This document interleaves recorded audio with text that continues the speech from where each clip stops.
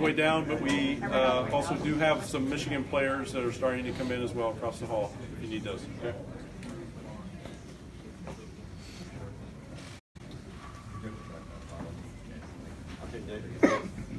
Ready? In a second. As he comes in.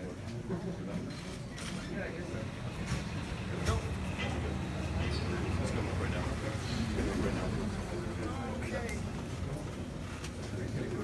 Fun day. Fun day. I love this.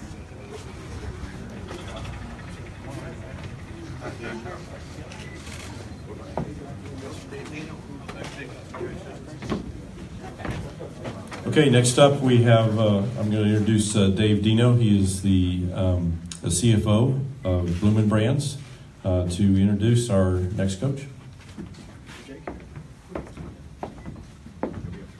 Coach, on behalf of Outback Steakhouse and Outback Bowl, congratulations on a wonderful win, a great victory, the South Carolina Gamecocks. Congratulations.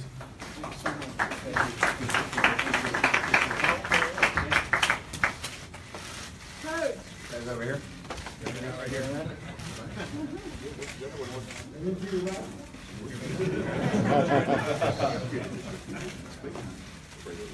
Great job. A little overdressed. Really excited for our football team for the University of South Carolina. I want to thank Jim McVay and the Outback Bowl people and what a wonderful week that they had for us. And the great thing about this bowl game, Jim, is you don't make us do 400 different things. But the one thing you do ask us to go to, I went. So it was great to be there and represent the University of South Carolina in a first-class manner. Huge win for our football program. We don't have all the trophies and the tradition and the history, but we got some grit. We got some toughness and resolve. We're 10-3 in one-score games in 2 years. Our players understand how to win close ball games. And you saw us down 19-3. Not a lot of good things happening for us. We found some things. I thought Brian McClendon did an outstanding job preparing our football team offensively and the entire offensive staff going into this game. Made a lot of adjustments at halftime on some things that we felt like we could take advantage of. We're only the 5th team this year to have at least 300 yards against them. We're right at 5.2 yards a play. And but really proud of those guys and some shots we took down the field, being aggressive in our mentality of what we're trying to do. Certainly the tempo helped us create some cheap yardage for us. I'm not going to address anything else about the offensive coordinator position at this time, but really impressed with Brian and the job that he did. Defensively, the key to the game to me was obviously the turnovers in the second half, but the first half holding to the field goals. In those situations, thinking to myself, all right, they've held to 9 in 2 situations. They wanted 14. We gave them short fields in 2 situations, and then obviously on the punt, and then we had the personal foul when Ben ran into the returner. So, I really, all 3 phases, a really great team win for us, 9th win for this year, only the 7th team in school history to do that. But all the areas are pointing up for us. Our administration's investing in our program, our football operations building, the things that we're doing to be successful. We're going to have those trophies soon. And I'm looking forward to our future. So I appreciate it. It's been a great week. I guess I'll open it up for any questions. Will, whose call was it to go for the touchdown immediately after the turnover? Was that Brian. All of my offensive coordinators call all the plays. I don't call any plays, regardless of what you all may write. Raise your hand. Go to the back here. 5:45 left in the third quarter. You go down 19-3. Anybody make a Newt Rocky speech on the sideline? These guys just refocus and get back at it. I wish those worked. I'd be good at them, but they don't. So, no, I think that it's 365 days a year how you run your program and the culture of your program. Our guys understanding at halftime we're at 9-3. We gave them 3 short fields. We actually moved the ball decently well against a very good Michigan defense. But at the end of the day, we play for 60 minutes, and our guys understand that. And they keep chopping and they keep hanging in there, and they realize that, when you have Jake Bentley and you got Hayden Hurst and you have Brian Edwards and you have some guys that are able to make some plays, and those guys are going to eventually make some plays for us. And that's when you just keep chopping and keep playing. And never once would I feel like the game was in the balance as far as that was concerned. Go over to Comp. Really not until yesterday. He came to me and, I told y'all, I guess whenever the press conference was, that I didn't feel like he would play in the game at the time. But we gave it a go in pregame. He said, hey, I feel good. I want to give this a shot. And he certainly gave us a charge. What a great run on the option play on the check. by Jake out the backside against the look that we had. So again, he's a really good football player. We certainly missed him as far as the latter part of our season and the charge that he gives us. Donnell Stanley in pregame didn't feel good enough to go. Zach was able to play. And Sherrod Green, I don't think, was able to get in. We thought we'd be an emergency only. Mike in the back. Coach, after the game, Sky Moore gets the Gatorade bathroom. His teammate just becomes the 15th player. And it's crazy when you think about it. In FBS history, the looted team on all 4 years that he played tackles. What can you say about that young man? Well, again, there's not words I can really put into his contributions to our football program at South Carolina. He's going to be a great pro. He's an every down linebacker. He's instinctive and he's tough, and he's really, really smart. And in my brief time in the National Football League, that's one attribute that you got to have in order to have some longevity in the league, and that's to be extremely intelligent, and he is. But again, you said it, 14th player ever. And that says a lot. And also a linebacker to have 14 interceptions, and he dropped the boot on the side over here. We should have had that one. So, but that shows you his instincts. That shows you his ball hawk mentality. He's an outstanding football player. We're certainly going to miss him. Dave in the front. Well, what does it say about this program that you're 3-9 2 years ago? Well, you are, but the program was 3-9 years ago, and now you're 9-4. Well, I think that it says that we've made progress. It's easy to point at tangible things and say, this is good. It helps in recruiting, obviously. It obviously helps your fan base. And so we got to continue to move forward. The great thing about it is we're building. And 70% of our roster is freshmen and sophomores. We have a bunch of really good players coming back next year. We need to have a great offseason. I told the guys, I thank the seniors, I told the underclassmen, when you come back in January, all gas, no brakes. Let's get ready to roll. And that's what we need. You got to keep pressing forward. You got to stay hungry in everything you do, and that's what we're going to do in our program. And certainly we've scratched the surface of what I think we can do. Third row over there. Yeah, well, how nice was it for you to win a bowl game here in Florida since you coached up the road in Gainesville, first time go? I don't really have any. This is my first win in this stadium. I was defensive coordinator against Coach Gruden at the Miami Dolphins, and we lost here. I think 17-9. Anderson, he's running back for the from Fresno 32.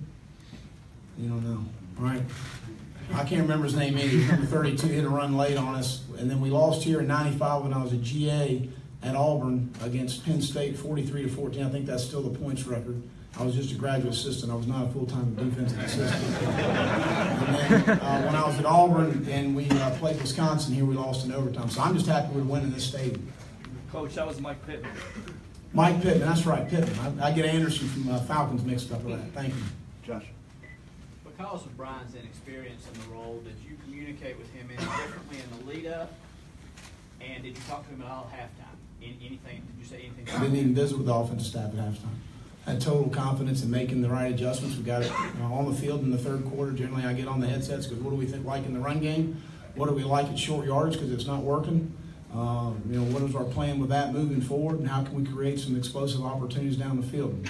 We answered all three situations. We did not have a short yardage situation come up. There could have been a 4th and 1 that I felt like at that time in the game was a field position game. I think so. I didn't feel like in that situation at midfield going for on 4th down, punt, play field position. Let's go to third row back. Coach, you hold a team that's a predominantly run offense to under 100 yards. Defense is 90% effort. How proud are you of your guys that you did that? Well, we've come a long way. We couldn't stop turning against anybody last year if you watched us. And so it's good to see that you play blocks up front, you tackle, you leverage the ball, you understand formations. The one run that they had, we had people at the point of attack, and we missed a tackle on 22 Higgins down our sideline. So, again, being in the right spots and understanding leveraging formations, we're getting stronger as a program. We've got to continue to do that. That's going to be a huge part of our all-season. Hand strength is critical for defensive players to be able to disengage and get off blocks. So we've come a long way. We still have miles to travel. Last one to David. Well, what were some of the issues with the special teams today, especially in the first half? Yeah, well, David, Chris thought Javon Charleston hit the ball on the punt return, so that's why he tried to field it. And again, we've had 2 situations with that this year where we've not done a good job of communicating with that. They had never skied kicked to the side of the kickoff, and having shy back, he needed to attack it, be aggressive with it. We need to be more aggressive in that situation. The ball landed, I believe, on the 12-yard line. He should have had plenty of time in operation to catch the ball and field the ball. So that was obviously disappointing. Ben ran into the returner You know, it needs to be more under control in that situation, which gave them, again, a ball to 50 in a short field situation. So, obviously, those things are, you know, tackling and special teams. When you go into bowl games, are the two things that are my biggest concern going into a game. I thought we tackled okay today, but certainly we had some special teams issues we need to move forward with. I think we got a special presentation. Folks to the coach. Next, we have Gina Collins, the Chief Marketing Officer for Outback Steakhouse. Good afternoon. 19 of 32 passes, 239 yards, and 2 touchdowns. Outback Steakhouse is thrilled to honor Jake Bentley of South Carolina as this year's MVP.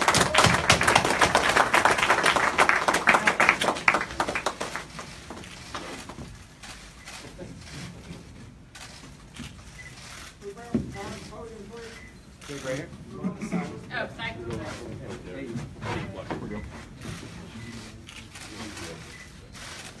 Say Jake. Jake over here. In. We good?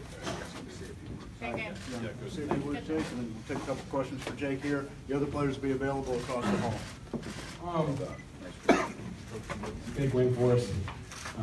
That trophy's not going in my room or my house or anything that has to do with me. It's going in our offensive team room because it really was about everyone on our offense today. It wasn't just me. It was our receivers. It was our O-line. We went against a grown man on the D-lineman today, and man coverage all day. And the guys made plays. So this trophy is it's for all of us. It's not just me. Questions for Jake? Go back. Jake, you go down 19-3 and go into the huddle. Any special words before you call the play? Not really. You know, the big thing that I've learned, I guess playing, you know, as a freshman, I just go back to the Florida game, my freshman year, of things aren't going well, and I was just sitting on the bench, just by myself, not saying anything. And so this year, I feel like I've done a better job, and I think it, you know, really showed today of just staying positive. I mean, continuing going to go down the line on the bench and just stay positive and just keep the guys encouraged. Not one person on our offense got discouraged. Everyone had full confidence that we're going to come back and win. And that's what it takes when you get down. And if you have one guy that doesn't believe that we're going to win, you're not going to win. So that's why I go back to it's really about the whole offense to get this award. Josh. How did it go in terms of the interaction and the play calling with Brian today? Clinton? What do you mean, like just? Did you notice a difference? I mean, how different was your experience with Coach McClendon calling plays? You know, what we said we were going to run in practice, we did. I mean, he told us we were going to be aggressive and challenge these guys, and that's what we went out and did. And the guys made plays, and you know, it's just everyone had complete confidence in them. I think it showed through bowl practice, and I think we scored more touchdowns in our defense than bowl practice than we did all season. So, and just be able to come out, just do that all in preparation, leading up to this, and to come out and play well. It's just a great feeling. Did anything change schematically from the first 40 minutes when you had 3 points to the closing stretch? Did y'all start did you make adjustments, or did you just start making plays? I think a little bit of both. I mean, I think you can look at it, like Coach said, the third and short. I don't think there was another third and short plan, but we had plays that worked, and we used some of them in second and short and other situations. So I think it's just a little change up in plays, and I think we also just, you know, said enough is enough, and we're going to go make some plays. Jake, the touchdown after the turnover, did you guys know right away what you wanted to do? What was the play call like from Brian? Yeah, I mean, that was the big thing coming into the game. We said if we get a turnover, we're going to take a shot. And I mean, Brian made a great catch, unbelievable catch. Just a big momentum play for us, and just a big play overall. While we continue here, some of the other players are starting to roll down here, so if you want to grab some of those other players. Ben?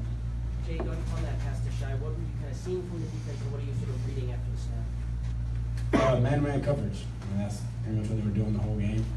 We did a lot of fake snaps and then just check with Coach. And Coach McClendon caught a great play and to a great player. I mean, he makes the guy miss and makes a big play for us and takes it to the house. And once again, it's about the whole offense being really great. Way to the right hill. Jake, that second half was that room as comfortable as you've been in a while?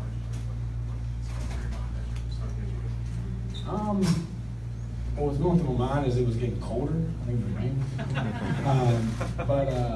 No, I mean it's just we started executing well. And obviously, when you're feeling good and completing passes, you get going, you get fired up, and that's the big thing going to this game and celebrate the good things. When we throw a touchdown, everyone's jumping around and excited. I think it's contagious to the whole team. When we started having success and getting fired up, I think you see where we went from there. So I think that's the big thing is just once you get positivity going, just to keep going. John. What was the difference in the whole line play, especially late in the second half? I think they just put the foot down. I mean, they said enough is enough. I think that's kind of the whole mindset of everyone. They started to really stone the guys on the line of scrimmage. I think they were in great shape to do that. And 4 quarters of battling with those guys takes a lot. And I give it to them. They did a great job for me tonight. That's all I ask them, to play hard for me. I don't try to fix technique or what to do. I just tell them to play hard, and that's what they did. So you hit a lot in the first half. Did you do that way? I mean, you're going to get hit no matter if you're playing in Michigan or the only time I don't get hit is in practice because I got a yellow jersey on. So. Jake, when did you know that Rico was going to be available? How much was he helpful to you kind of taking some of the first season? Rico could just have surgery, and the next day he'd tell you that he's playing. So he always told me that he's playing. So I guess pregame I really knew him being out there and feeling good, running around. So and he made a big play for us on the option.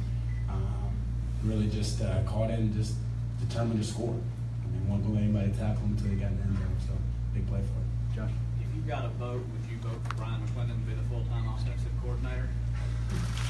I'm not going to get into that. I just let Coach Muschamp handle all that decision. I think getting a win here today helps his chances, obviously, against the #1 pass defense in the nation. But, I have full belief in Coach Muschamp, and he's going to make the right decision. Jake, the adjustments, Will Muschamp said he didn't get involved at all. It was just you guys at the half. Can you talk about what the adjustments were, and was that process any different? I think we started to really get the outside run going. Giving me some plays where I got to check the right to the right look, check the play to the right look. I think those started to hit, and then like I said, the guys are just a mindset change, I guess. For me, I just want to give them a chance. I think if you look at the third down to Hayden, just giving it to your best player on the field. I mean, throwing it. My dad always calls him Big Boy. Just throw it to Big Boy. He'll make a play for you. So. That's what he did, and I think the guys just started making plays. Like I said earlier, just the positivity that we got going, and just started rolling. Is there anything about the process, though, that was different, or was it just the same, just a different voice? Yeah, I think the guys just are confident in what we were doing. Like I said, I think it starts in practice, having success in practice, and I think the guys are really confident coming into the game. For the third row. How important is it for the South Carolina program to go into an 8-month off-season program with a win? Yeah, I think it just propels us even more. Last year there was a few weeks where we had to get over the loss and kind of just that mental block, I guess, of dang, we just lost our last game. But I think the guys are going to come back hungry. I think the guys, now they know what it feels like to win a big bowl game. They want more, and that's what we're going to do. And that's what Coach Muschamp told us in the locker room after. It's all gas when we come back, and pedal to the metal, getting to work. John. Jake, how much do you credit the defense for holding them to all those field goals instead of touchdowns? And was there ever any point in the game where maybe Sky or Chris or Taylor came up to you and gave you their vote of confidence and for you guys to come back? That was huge. The whole I think I said the stat earlier, the whole run offense to not a lot of yards was huge, and to be able to stop them when they have short fields. It gives us a chance to come back in the game. Obviously, without them holding them to field goals, we probably wouldn't have won. Look at the score. But during the game, the third quarter, actually, Kiera Thomas came up to me and kind of just challenged me. He said, I want the same energy and the same confidence I see in practice. And when it hit me, I kind of like, I'm trying it. But then I thought about it, he's right. We got to have the same juice always. And really from then on, we just started clicking. Just started riding the momentum and got the win. We got two more. We got here and then Mike in the back. Jake, obviously Michigan's been around for a long time, 130 years, incredible tradition.